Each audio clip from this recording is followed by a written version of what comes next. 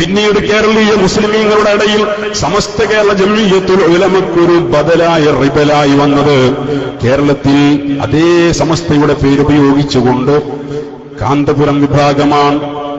ആക്ഷേപിക്കാൻ വേണ്ടി പറയുകയല്ല, യാഥാർത്ഥ്യം പറയാൻ. ആരോപണം പറയുകയല്ല, ഒരു യാഥാർത്ഥ്യം പറയുകയാണ്.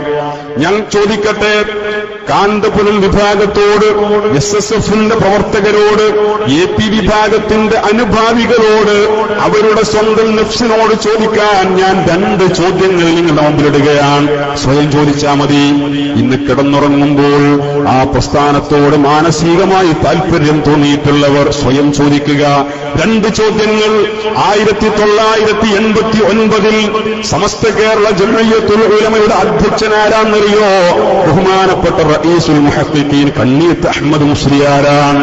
അന്ന് സമസ്തയുടെ ജനറൽ സെക്രട്ടറി ഷെയ്ഖുനാ ശംസുൽ ഉലമ ഖദ്ദസല്ലാഹു സിർറുൽ അസീസ് മഹാനവർകളാണ്. കേരളം കണ്ട 2 സൂര്യജ്യോതിസുകൾ, ശംസുൽ ഉലമയും കണ്ണിയത്തും, കേരളത്തിന്റെ ഷെയ്ഖാനി. ഈ 2 മഹൽ വ്യക്തികൾ പ്രസിഡന്റും സെക്രട്ടറിയുമായി ഈ പ്രസ്ഥാനം നിലവിലുണ്ട് 89. ഇനി ഞാൻ ഒരു കാര്യം കൂടെ പറയട്ടെ. ഈ കണ്ണിയത്ത് ഉസ്താദ് ആരാന്നറിയോ? 1926 മഹാനായ വരക്കൽ ബാഅലവി തങ്ങൾ ഈ പ്രസ്ഥാനത്തിന് ഊടും പാവും നൽകി രൂപീകരിച്ച് ഈ പ്രസ്ഥാനത്തിന് വേണ്ടി 1.5 മണിക്കൂർ നീണ്ടുനിന്ന ഒരു പ്രാർത്ഥനയുണ്ട്, ചരിത്രത്തിൽ ഇടം നേടിയ പ്രാർത്ഥന. അല്ലാഹുവേ, ഈ പരിശുദ്ധ പ്രസ്ഥാനത്തിന്റെ പതാക മഹാനായ മഹ്ദി ഇമാമിന്റെ കരങ്ങളിൽ ഏൽപ്പിക്കണേ. ആ പ്രാർത്ഥനയ്ക്ക് ആമീൻ പറഞ്ഞ ആ കാലഘട്ടത്തിലുള്ള ഏറ്റവും പ്രൗഢമുള്ള പണ്ഡിത ജ്യോതിസുകളിൽ, പണ്ഡിതന്മാരിൽ അംഗമായി, ഒരു ബിന്ദുവായി മഹാനായ കണ്ണിയത്ത് ഉസ്താദ് 26 വയസ്സുകാരനായി 926 വരക്കൽ ബാഅലവി തങ്ങളുടെ കരങ്ങൾ ഉയർത്തിയുള്ള പ്രാർത്ഥനയ്ക്ക് ആമീൻ പറഞ്ഞവരിൽ ഞങ്ങളുടെ നേതാവ്, ഞങ്ങളുടെ പ്രസിഡന്റ് ബഹുമാനപ്പെട്ട കണ്ണിയത്ത് ഉസ്താദ് അന്ന് ഹയാത്തിൽ ആ സദസ്സിലുണ്ട്. ആമീൻ പറഞ്ഞുകൊണ്ട്, ആ ദുആക്ക് ആമീൻ പറഞ്ഞുകൊണ്ട് 1967 മഹാനായ കണ്ണിയത്ത് ഉസ്താദ് ഈ പ്രസ്ഥാനത്തിന്റെ അധ്യക്ഷ പദവി ഏറ്റെടുക്കുകയാണ്. 993 ഈ ലോകത്തോട് ആ മഹാമനീഷി വിടവാങ്ങുമ്പോഴും ഈ പരിശുദ്ധ പ്രസ്ഥാനത്തിന്റെ അമരത്ത് അധ്യക്ഷനായി ബഹുമാനപ്പെട്ട കണ്ണിയത്ത് ഉസ്താദ് തന്നെയാണ്. ഒറ്റ ചോദ്യം. 89 കാന്തപുരം വിഭാഗം ഉള്ളാൾ തങ്ങളെ പ്രസിഡന്റായി സമസ്തയുടെ പേര് ദുരുപയോഗം ചെയ്തൊരു പ്രസ്ഥാനം രൂപീകരിക്കുമ്പോൾ ഉള്ളാൾ തങ്ങളുടെ ഉസ്താദിന്റെ ഉസ്താദായ ബഹുമാനപ്പെട്ട കണ്ണിയത്ത് ഉസ്താദിനെ അധ്യക്ഷ പദവിക്ക് അയോഗ്യനാക്കുന്ന എന്ത് തെറ്റാണ് മഹാനവറുകളിൽ ഉണ്ടായിരുന്നത്? ഈ ചോദ്യത്തിന് സമൂഹത്തോട് മറുപടി പറയേണ്ട ബാധ്യത നിങ്ങൾക്കുണ്ട്. കണ്ണിയത്ത് ഉസ്താദിന് സമസ്തയുടെ അധ്യക്ഷ സ്ഥാനത്ത് ഇരിക്കാനുള്ള യോഗ്യതയില്ലാതെയാക്കുന്ന എന്ത് തെറ്റാണ്, എന്ത് അയോഗ്യതയാണ് മഹാനായ കണ്ണിയത്ത് ഉസ്താദിൽ നിങ്ങൾക്ക് ആരോപിക്കാനുള്ളത്? കണ്ണിയത്ത് ഉസ്താദിന്റെ ശേഷമാണ് ഉള്ളാൾ തങ്ങൾ പ്രസിഡന്റായെന്നപ്പോ പുതിയ കുട്ടികളുടെ പ്രചരണം. ചരിത്രം പഠിക്കണം. മിനിയാന്ന് പെയ്ത മഴക്കിന്നലെ മുളച്ച തവരകൾക്ക് ചരിത്രം അറിഞ്ഞുകൊള്ളണമെന്നില്ല. 89 കണ്ണിയത്ത് ഉസ്താദ് പിന്നെയും 4 വർഷം ജീവിച്ചു. ഞാൻ ചോദിക്കട്ടെ, 89 കണ്ണിയത്ത് ഉസ്താദിന് ആദർശം നഷ്ടപ്പെട്ടോ? കണ്ണിയത്ത് ഉസ്താദ് സുന്നിയല്ലാതെയായോ? ആരാ കണ്ണിയത്ത് ഉസ്താദ്? ജാടകളില്ലാത്ത, ചിതറില്ലാത്ത സമൂഹത്തിന്റെ ആളുകളുടെ ഇടയിൽ മുസ്ലിം ഹൃദയങ്ങളിൽ ആ മനുഷ്യന് സ്ഥാനം ലഭിച്ചത് ഒരു യാത്രയുടെ അല്ലെങ്കിൽ അലങ്കാരത്തിന്റെ ജാടയുടെ പിൻബലത്തിലല്ല, ആ മനുഷ്യന്റെ തഖ്വയുടെയും വറഇന്റെയും ആത്മീയതയുടെയും ബലത്തിലാണ് കണ്ണിയത്ത് ഉസ്താദിനെ ആളുകൾ സ്നേഹിച്ചത്.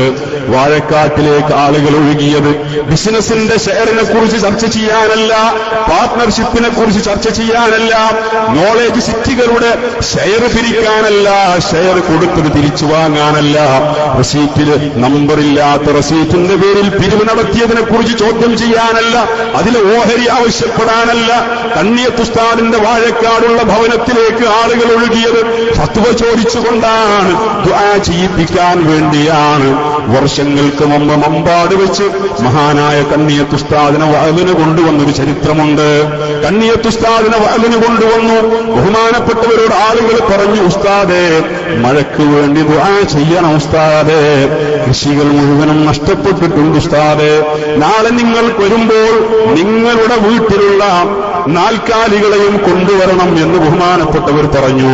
പിറ്റേ ദിവസം ആളുകൾ ആടും കോഴിയും പശുവുമായി മമ്പാട് ഇന്നുമുള്ള പുത്തൻപള്ളിയുടെ വിശാലമായ മുറ്റത്ത് തടിച്ചുകൂടി.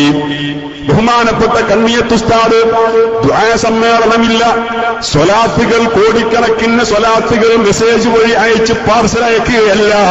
ബഹുമാനപ്പെട്ട കണ്ണിയത്ത് ഉസ്താദ് പുറത്തു വന്നിട്ട് പറഞ്ഞു, അല്ലാഹുവേ, കണ്ണിയത്ത് അഹ്മദും ഈ നാൽക്കാലികളും അറിഞ്ഞുകൊണ്ട് ജീവിതത്തിൽ ഒരു തെറ്റ് ചെയ്തിട്ടില്ല റബ്ബേ, ഞങ്ങൾക്ക് മഴ വേണമല്ലാ.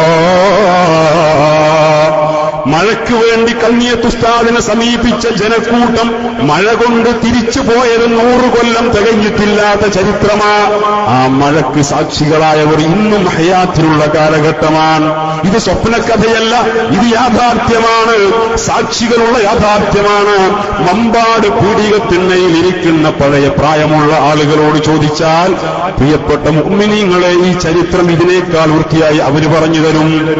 ഈ കണ്ണിയത്ത് ഉസ്താദിന് സുന്നിസം പോരാ എന്നാണോ നിന്റെ ആരോപണം?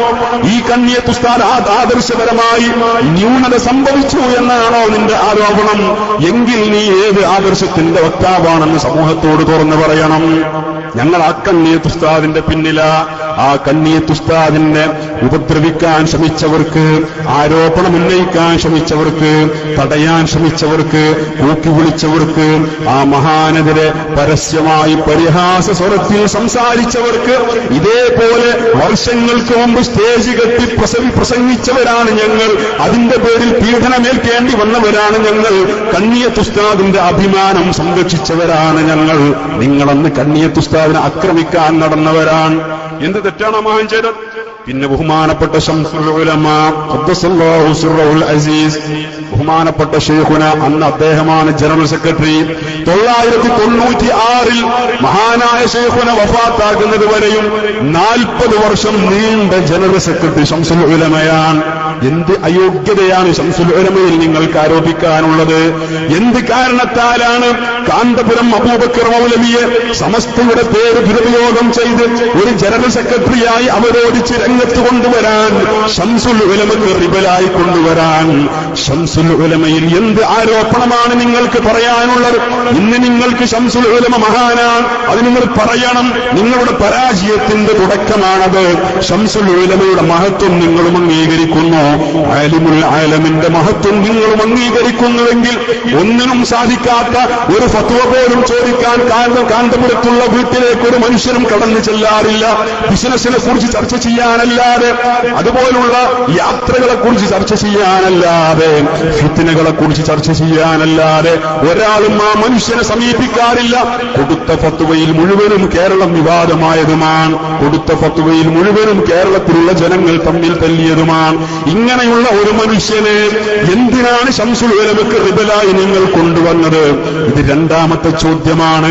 ശംസുൽ ഉലമയിൽ എന്ത് അയോഗ്യതയാണ്? സമസ്തയുടെ ജനറൽ സെക്രട്ടറിയായി ഇരിക്കാൻ അദ്ദേഹത്തെ അയോഗ്യനാക്കുന്ന എന്ത് ആരോപണമാണ് നിങ്ങൾക്ക് പറയാനുള്ളത്?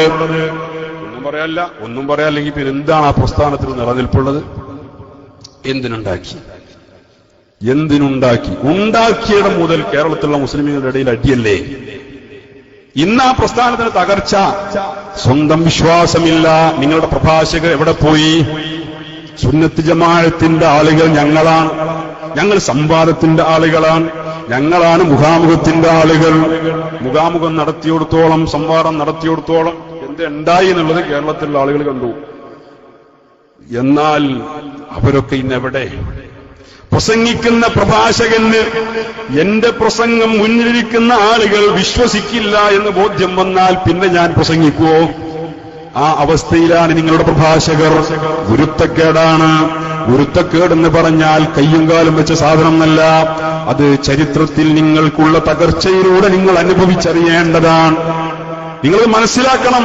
ഇന്നലെ സമർക്കന്ദിൽ, തൃശൂർ ജില്ലയിലെ സമർക്കന്ദിന്റെ നഗരിയിൽ ഒഴുകിയെത്തിയ അറേബ്യൻ സമുദ്രത്തോട് സമാനമായ മനുഷ്യസാഗരം, മനുഷ്യരുടെ വിശാലമായി നീണ്ടുകിടക്കുന്ന ഒരു മരുഭൂമി പോലെ നീണ്ടുകിടക്കുന്ന പരാവാരം, ഒരു തലയിൽ നിന്ന് മറ്റേ തലയിലേക്ക് നോക്കിയാൽ അവസാനം കാണുന്നത് വെറും പൊടിപടലങ്ങൾ മാത്രം.